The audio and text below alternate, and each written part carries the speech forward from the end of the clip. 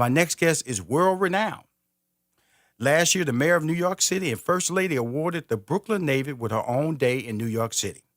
She is co-host of The Breakfast Club. The Breakfast Club has transcended hip-hop and pop culture, become a popular stop for both rising and established politicians, community activists, and business leaders. The Breakfast Club guest lists have ranged from Hillary Clinton to Jennifer Lopez to Dave Chappelle to Stephen A. Smith and everyone in between. In her spare time now, she has her book club called Angela Yee's Book Club, her running club, Run with Yee, and her Wealth Wednesdays series with financial expert Stacey Tisdale. Finally, please welcome to Money Making Conversations, Angela Yee. Wow, that made me sound really amazing. Thank you. Well, you're amazing. What else does she do? Well, the thing about it though, Angela, is that you're in the era of social media and branding and women dominate radio listenership. If you have a show, unless you're doing sports, that's where men dominate listenership on sports end.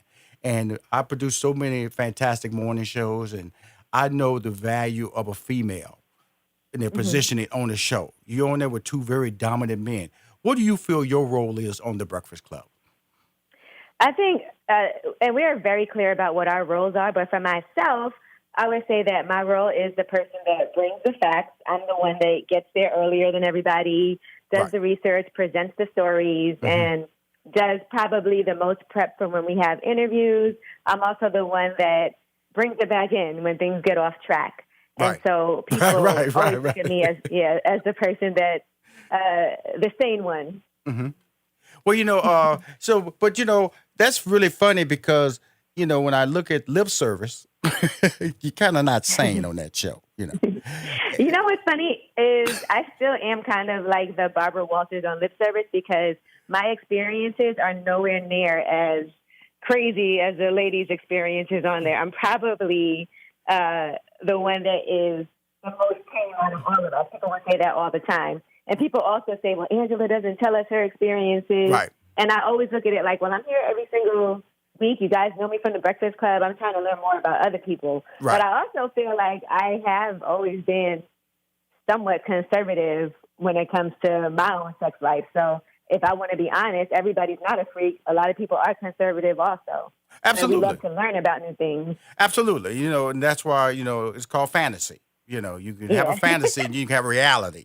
And so when I try to reach out and, when guests come on my show and especially unique guests, because you are unique guests, because we know I don't mention that amount of activity, a book club, or, you're obviously in shape, you're running, because I'm sure if you run in front of me, I'm not going to catch you, especially if you're doing some distance. I keep up with you for a New York block. After that, we home. Let me tell you something. I bet you if you started running just a little bit, like every few days, she's motivated. Be able to surpass she's me. I'm telling you, I've ran with people that never ran before in their life who have asthma, everything. Mm-hmm. And I've seen people like that. One of my really good friends from college, now she runs marathons. Before that, she had asthma, never ran a day in her life. Oh, wow. That's amazing. And, because I can't go too detailed because I'm on free radio, terrestrial radio with the Lip Service show. But, you got Gigi on there. I see Stephanie and L'Oreal on the show. Now, is that your team? Or how does the makeup? Then you have the guests, they come on the show and they're teasers. You're trying to pull out the nuggets of sometimes shock or information. Like you said, I saw, Chelsea Handler episode, and I saw when you were on that episode, you admitted, I'm not trying to be Oprah. That's never been my goal. What I loved about it, and I always tell people in my intro, is about, you're out there writing your own story, and that's what impresses me. And it's just tell people why that's important that Angela Yee tells her story first. Well, I think we're all very diverse human beings. Sometimes people think we're so monolithic as Black women. They think if you're a journalist that automatically you want to be Oprah.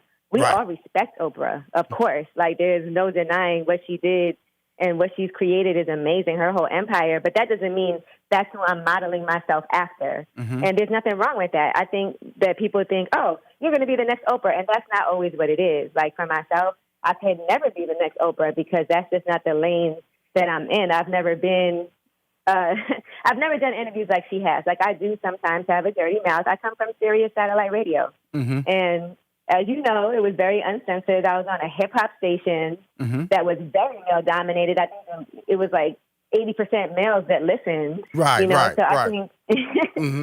just to keep it real, like that's how I started doing radio. So I've always been like when I started, I was the only woman on the station, you know, on Shade 45. So for myself, that just never is a lane that I could even see myself being in. Just coming from this whole hip hop, that's not Oprah, you know. Well, I'm gonna tell you this. You know, I have a gift. You know, I see talent, and I recognize where they're gonna go. You know, this is just, you know, like I said, one thing I noticed about you is that you are a person who reinvents yourself. You know, and then you understand multiple streams of income by what I Right. just mentioned. And so what you're doing now is just a version of what you're doing now. And as you mature, you know, your values change, and I don't know what the next 10 years, but it's going to be a different Angela Yee in 10 years, because that's just you. You know, you have a clear understanding. Like you already admit certain things. I'm conservative, Rushion. You know, conservative things start taking over, and they start directing you where you want to go with your brand. And this is what this is all about, your brand. You know, because Right. I always tell people, you know, you carry a certain group of people with you for 20 years, and they have value for 20 years. That's who you go out and tell advertisers, no, I'm 18 to 34, I'm 18 to 49. That's the number they want, 25 to 49. So you carry those folks for 20 years, along the way, you reinvent yourself to hang on to them, and also sometimes to be relevant to a younger group so you can carry them with you. And so when I look at your Right. brands, I see real estate investor, and then, so are you a homeowner? Yes. So I do have right now 4 residences. Well, hold on. Um, That's like that's I say a homeowner now. You said 4 residencies. Are you just putting right. it So out there like that? I own 2 homes in Detroit outright. I own I own my house in Brooklyn that I live in outright because I just paid off the mortgage. That was my birthday gift to Congratulations! myself. My birthday was January 3rd. Congratulations! So was it a 30-year mortgage or a 15-year mortgage that you paid off? It started off as a 30-year. Then I refinanced it 2 years ago to make it a There 15-year you go. just to get a lower rate. There And, you go. when I did that because the rates had dropped, that Uh-huh. also meant that I wasn't even paying much more than I was paying already just to make it a 15-year instead of a 30-year because of the rate drop. And then I had made a promise to myself that by my birthday, I want to pay off my mortgage. Mm-hmm. So I did it. Well, something that's really interesting because that gets to your Wealth Wednesday, I believe. That's right. That you do. We have Wednesdays. We do with Stacey Tisdale, because people need to understand that. Because I did the same thing with I have 2 homes. I paid off both of them. One's in Houston, one's in Atlanta. And the first home, I had a 30-year mortgage, and then and so when you go to 15, it's really not that big of a difference. Right. Yeah, you're right. Especially, it's really the percentage, too, what your interest is. So Yeah. once that interest drops a point, you'll be surprised how much that can shave off. And you're paying less interest from the beginning of your loan. So it just really makes sense. But for myself, I think people would tell you it's not a good idea to pay off your mortgage. People would tell you all kinds of things. What they do? You hear What they tell you that? contradicting things. People are just silly out there. They will tell you don't pay off. People, I remember a guy saying, "I'm sorry for cutting you off because that got me mad." Somebody Yeah. told me don't pay that off. What are you talking about, dude? When you make a certain amount of income, I'm telling you, some property tax don't even apply anymore. Right. Property tax only go up to a certain. If you got a $5 million house, believe me, property tax don't cover $5 million. You stopping in that $1 million range. So everything else the government's going to take anyway. So Right. that's why I really value your financial literacy campaign. Talk to us a little bit about that, because so much to talk about. So I'm gonna just tell you, like, Angela, this is gonna be our first conversation, and I'm just gonna expose my listeners to you. But you got so much going on, so let's talk about the financial literacy. You've been recognized with a day in New York City. You're in a popular club. You got you get 100,000 or 1.5 million views on your lip service show every time it airs. You got you. What's the goal? What's the goal? What's the goal, Well, I Angela? think as far as the financial literacy part, I do this thing called Wealth Wednesdays once a month with Stacey, and that's actually at my juice bar because I have a juice bar in Brooklyn called Juices for Life. And we do that there because when I first opened that juice bar, it'll be, 4 years in September since we opened this juice bar with Styles P from the Locks. And when we first got the juice bar, I got this space in Brooklyn for us that's amazing. Like, it's a beautiful space. It's nice and open. It has a backyard. And my goal was always, I want this to be a place where the community can come in Bed-Stuy. Bed-Stuy. And yes, it's in Bed-Stuy and have events. It's on Malcolm X Boulevard. And for me, I wanted it to be something that's also caters to our community, the core people that are from Bed-Stuy, that are from that neighborhood, so they feel like this is for us, because there's so much gentrification going on, so many businesses coming in that aren't trying to make us feel not welcome to be in those businesses. So I wanted it to be a place where it's not get your stuff and go. It's more come in, sit down, have a meeting if you need to. You can stay all day. We got the TV.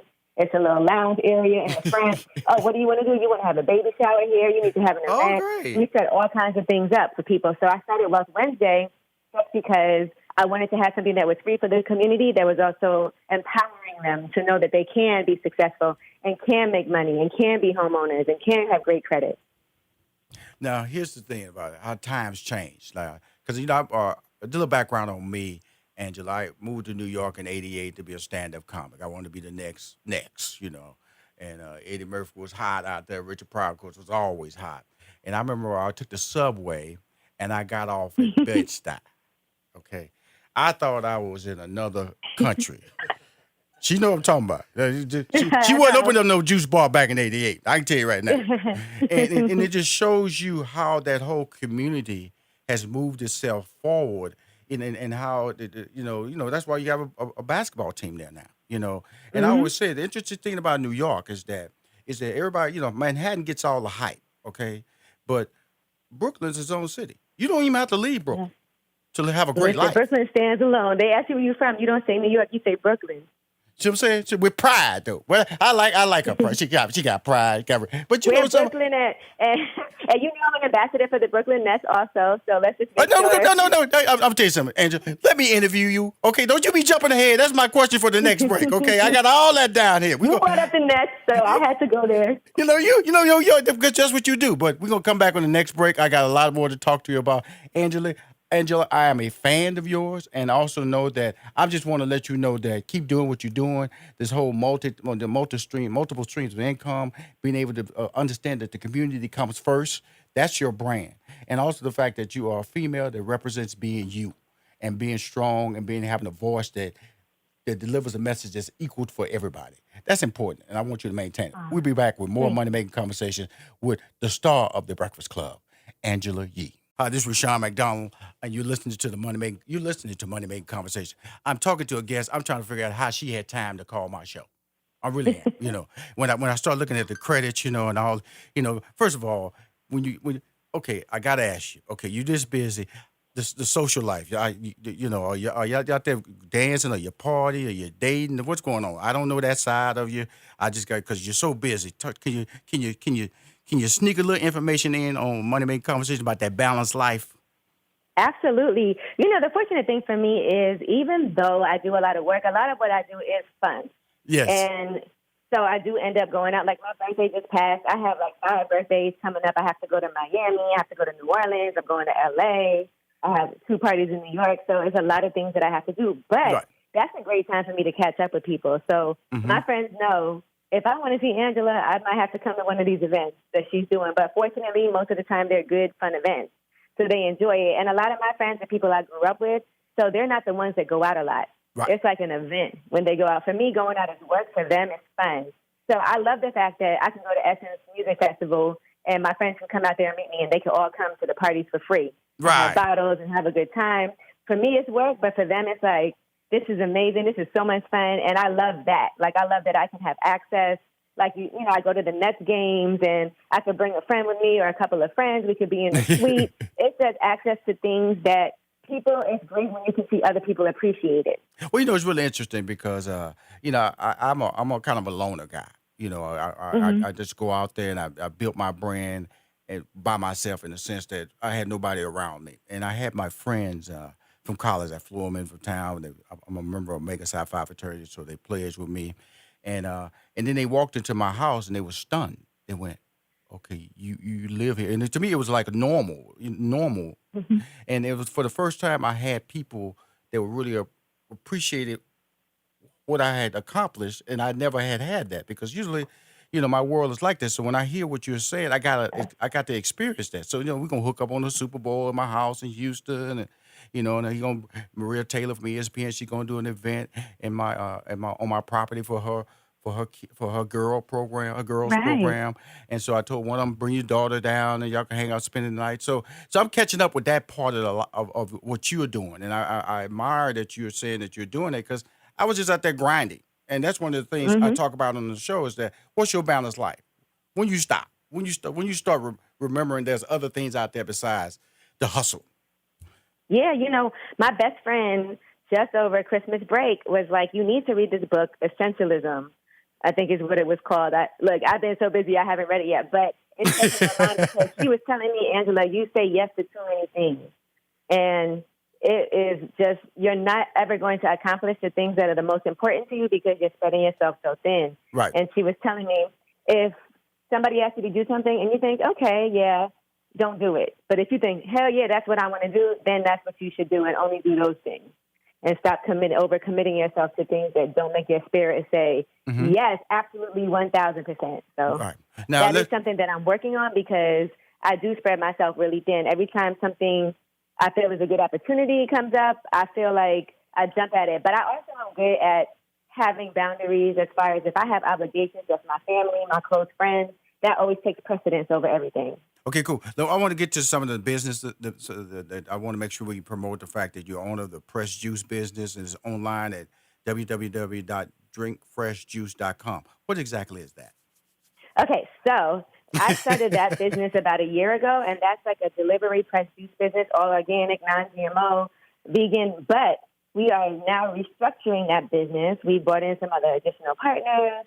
So that's something that we are looking to relaunch. And that was the first lesson for me in a business that didn't go as I planned from the get. But I think that was a really valuable lesson for me because it was a huge undertaking, and I financed most of it, pretty much all of it. So it was a big financial commitment for me, but I think we didn't have the management team in place that we needed to have to make it successful.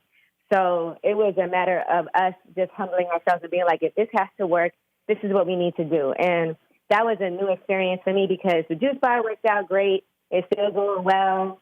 Everything else I tried to do, it hasn't been issues like that. And this is the first time.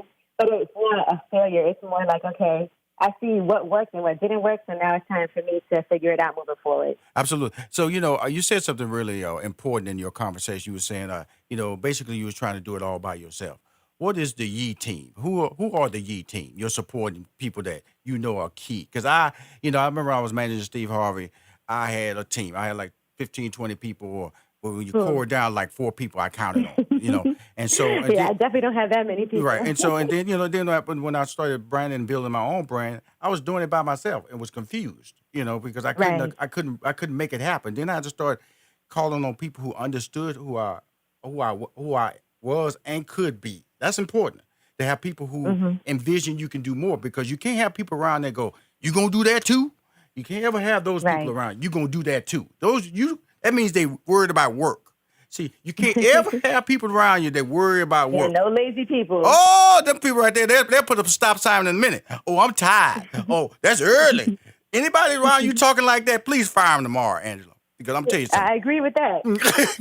they got the built-in story. I'm hungry. Hey, I'm hungry too. Look here. We're going to take care of all that. But please don't tell me about your sad story, because if I don't make money, we ain't going to feed your hunger. Okay, I understand that process. So I always say that to individuals when because you're sharing some nuggets with me because of the fact that you're younger than me and you've already admitting, okay, I made a mistake, but it didn't kill me. Okay, look, Rushion, I hang out with my friends. I got my entourage. I share my blessings. Rushion wasn't doing that, but Rushion's doing it now, and I appreciate and respect. Okay, because I'm learning. And for people that work for me, work with me and for me, I always tell them, you eat what you kill. So whatever you bring to the table, that's how you get your money. Absolutely. She eat what you kill. She's a little violent too. A little violent, little woman here on the phone. Little Brooklyn night here. Got a wife. I'm telling you, best time back in '88, you got off the train with a gun. Now let's talk about some stuff you tried to break some news on in the first break before I had it. Now, New York Public Library ambassador. See, what's really killing me is that your range, the book club. You're out there running past the library. You stop and go in the library. You drinking juice. Right, and you know You what? ordering juice online. Running You club going I on the have radio actually telling does to people, Brooklyn. "Hey, Charlamagne, you talking too much." DJ Envy, calm down. Calm down. You got a life, girl. Five days a week, 4 hours a day. How long is the show? 4 or 5 hours? 4 hours. 4 hours. Oh, Lord. And she gets there an hour and a half earlier so she can be prepared because she knows she got to pump the brakes on something. You're right. That's preparation is key. That's what I always say, man. I try to make sure I am as prepared as possible. So You're great. You're great. So let's talk about you being an ambassador for New York City, New York Public Library, which is a beautiful. If you ever go to New York, just sitting on those steps, it's like it's one of I lived in New York 88 to 90, and then I moved back. I was always going in and out of New York. Did Def Comedy Jam in 92, and then I moved back up there when Steve and I relaunched WBLS in 2005 to 2007. So every time I moved, kept going back up there, my economic status kept getting better. Because the first time that's what it's supposed to be like. The first time I lived up in 88, I was showering a bunch of people. Yeah. That sounds like jail. Oh, you know, you know what I'm saying? You wasn't dropping no soap. You wasn't looking. You were getting in early. Okay, I'm getting in there at 5 o'clock, get my shower on. Lights out, light was broke. You didn't go in and get your shower. You go, we're just gonna be a little filthy today. I ain't going in there, not in the group. So now you're New York Public Library ambassador. Let's talk about that.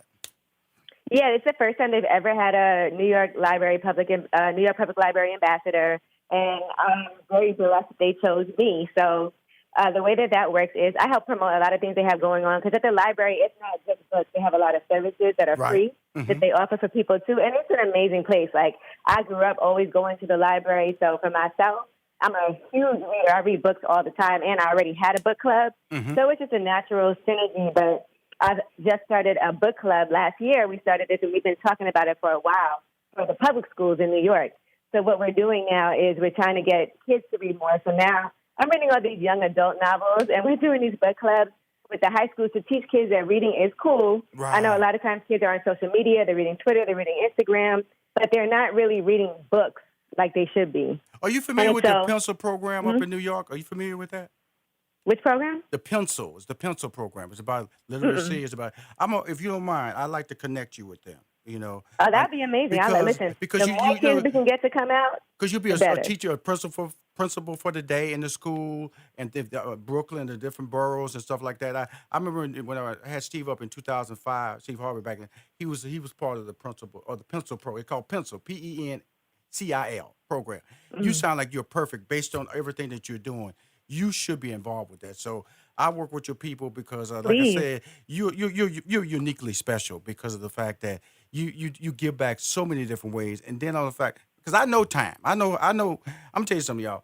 To do a morning show, you already start shutting down early. You might go crazy one day, but you really shut down the rest of the days. And to do what she's trying to do, because as soon as she gets off the clock, she's going and doing all this other stuff because she knows her window's closing really fast before she has to slow down. You're right. And a lot of the stuff I do is free, like the New York Public Library. All that is not anything I get paid for, nothing financial from it. My own book club, nothing financial. The running club, that's free. I just want to encourage people to do these things. And if I can be the person that inspires somebody to come out and run for the first time, and then they start running and see people become friends and start their own running clubs with each other for the times that we're not meeting, that means a lot to me. We do the Wealth Wednesdays, that's free. And we give away free juices at the juice bar during that time. Just things like that, because I love to see other people's success stories, and then they can come back and say, I was inspired when I came to the Google event at the juice bar, and that's what made me want to go and start this business and use Google AdWords to promote it, or the small business services in New York. I met the commissioner at the juice bar, and I went to the small business services, and I got training certifications in all these classes that was free, So I love those success stories based off of somebody being inspired by coming to something that I did.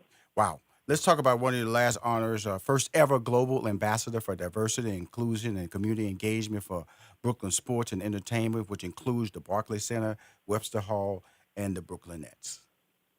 Yes. So, and this all happened by choice, thanks to my good friend. He's my good friend now, Maurice Jeanette. I actually had a meeting with him. And when we first met, he thought that I was like way younger than what I was. And so we sat down and met, and he was just like, I am blown away by you. You know what? We're going to do some business together. And Right. he is, the head of diversity and inclusion for BSC. Right. So later on, he calls me a few days later, and he's like, look, we want to make you the ambassador, the first ever global ambassador, and we want to work with you because a lot of the people that play for the Nets or in the office and everything, they're not from Brooklyn.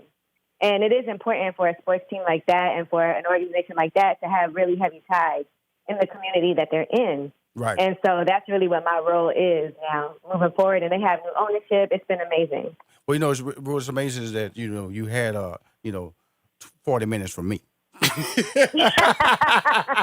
To talk to me. That's what's amazing, girl. You're a little busy No, behind. I love it. Listen, I hope that people get inspired too by, listening to this. I hope people are like, oh, I got to join her book club, or Well, here's the thing. Here's the thing. I got a little social people want to media. come out and do those things. I got a little social media. So, how do you post your book club? Do you post it on your social media? That's how they know about it. Because I like to share your posts. If you put me in the loop, because 75% of my Yes. followers are female, and I got 97,000. Yes, and our next book club is actually going to be at the Juice Bar on Tuesday, and that is with Styles P's wife, Adjua Styles.